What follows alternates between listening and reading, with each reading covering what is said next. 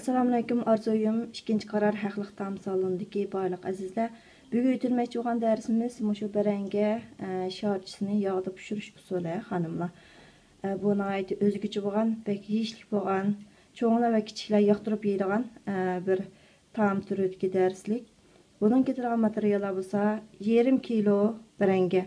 Yəni muşu bərəngədən yarım kilo kitidu. Samsaqdan 2 kiç samsaq. Bir tane baş piyaz, bir tane tuxum. Ondan keyin tuzdan kiçik qoşuqda bir qoşuq tuz, kiçik qoşuqda bir qoşuq qarmış. Ma pişlaqa xanımlar, qırıb olingan pişlaq, pişlaqdan 50 gram pişlaq. Ondan keyin 40 gram un. Ondan 40 gram, yəni çoğun qoşuq 2 qoşuq un. Muş materiallar ketidi xanımlar. Bunu tayyorlash bosqichiga kelsak, biz ma bərəngini şalğuş bilan şalab, ince şalab tayyorlab olamiz. Ondan keyin bu son piyozni uşaq to'g'rab tayyorlab olamiz qizlar.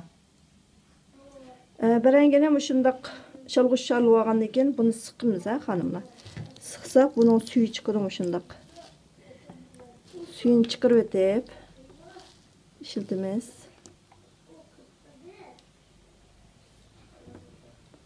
Mana qizlar, buni şalğuş şalab olgandan keyin inchi qilib, buni inchi qilib şalğuş şalab olgandan keyin buni siqib, suyunu chiqarib o'tdik. Mana shunchalik suyu chiqdi, yarım kilo bərəngədən. Bu suyunu chiqarib o'tib, endi mavu şalab olgan suyunu chiqarib o'tilgan bərəngimizin ustiga mavu bir tal son piyozni uşaq chanab, qiyma chanagandek.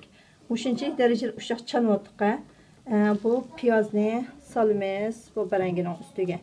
Ondan keyin buni samsaqni uşaq chanab tayyorlab o'tgan. Mush samsaq piyozlarni salamiz xanımlar. Ondan keyin bir tal tuxumni tökimiz. Bir qo'shiq tuz bilan bir qo'shiq qarmushni tökdik. Muvafiq miqdor tuz, muvafiq miqdor qarmush, o'zingizning yaxshi ko'rish asosan solsangiz bo'ldi. Bunun ustiga 50 gram şalab olgan, şalğushda o'tkazib olgan bir pishloqni tökimiz. Uşaq to'g'rab olsangiz bo'ldi. Bu pishloqni tökimiz. Ondan keyin odatdagi 40 gram un. 2 qo'shiq un dedik, cho'ng qo'shiqda. Buni tökib, bu hammasini yaxshi aralashtiramiz. Mana xonimlar, aralashtirib, hammasini tayyor qilib olgandan keyin monandek yumaloq sharcha holatga egib olamiz, 2 qo'limiz bilan. Ondan keyin buni yog'sa pishiramiz.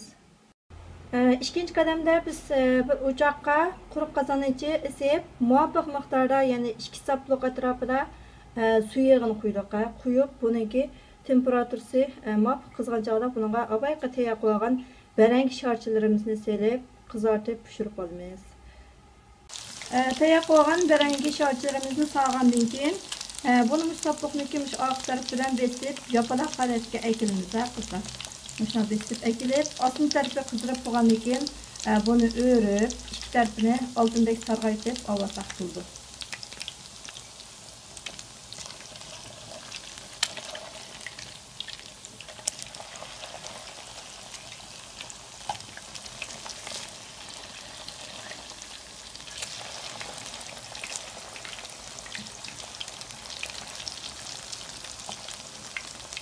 Bunun dikkat kılgan nokta çokum yağını muvafiq miqdor qizitsa, bek qizib ketsa kuyib ketishi mumkin.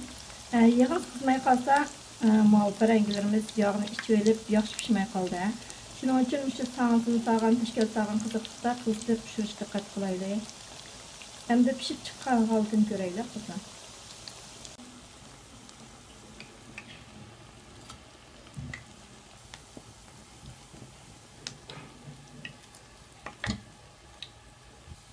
Mana bulan pişib chiqdi. Hammasini mushturqada shunday holatda sarg'aytib, qizartib olsak bo'ldi. Mana qizlar, biz bərəng sharchalarimizni pishirib, tuzib olgandan keyin, o'tirsiga qiyam tayyor qildik. Bunun qiyamiga kelsak, mavu mayonezi, shu salatalar ishiltilgan mayonezdan 2 qo'shiq elib, onunga azroq pomidor qiyamini qo'yib çelip tayyor qildik. Ondan keyin biz mushu bərəngimizni mushuni tiqib turib iste'mol qilsak bo'ldi. Mana qizlar, Bo'lsa oilalarda bolalarınızga it deyip birinizda belki yeyishlik, belki mizlik, temlik bo'lgan. Cho'nglar va kichik bolalar yoqtirib yeydigan barangi shortisi muşundan tamam bo'ldi.